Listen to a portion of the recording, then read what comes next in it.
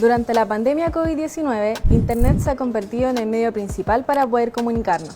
Lamentablemente, la delincuencia también se ha trasladado a esta plataforma. Para evitar caer en delitos cibernéticos, la Brigada Investigadora del Cibercrimen Metropolitana te entrega los siguientes consejos.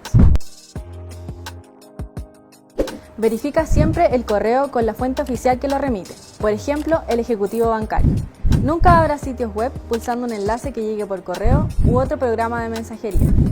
No ingreses datos confidenciales en sitios que te parezcan sospechosos. Actualiza y revisa periódicamente los accesos a tus cuentas bancarias, correos electrónicos y redes sociales.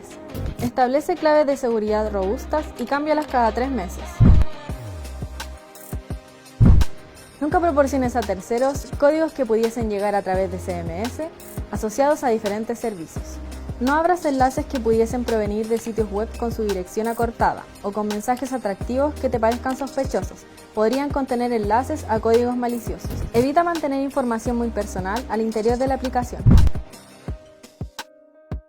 Mantén siempre actualizada la aplicación de WhatsApp. Activa el servicio de verificación en 2 pasos y nunca entregues el código que te pueda llegar por SMS.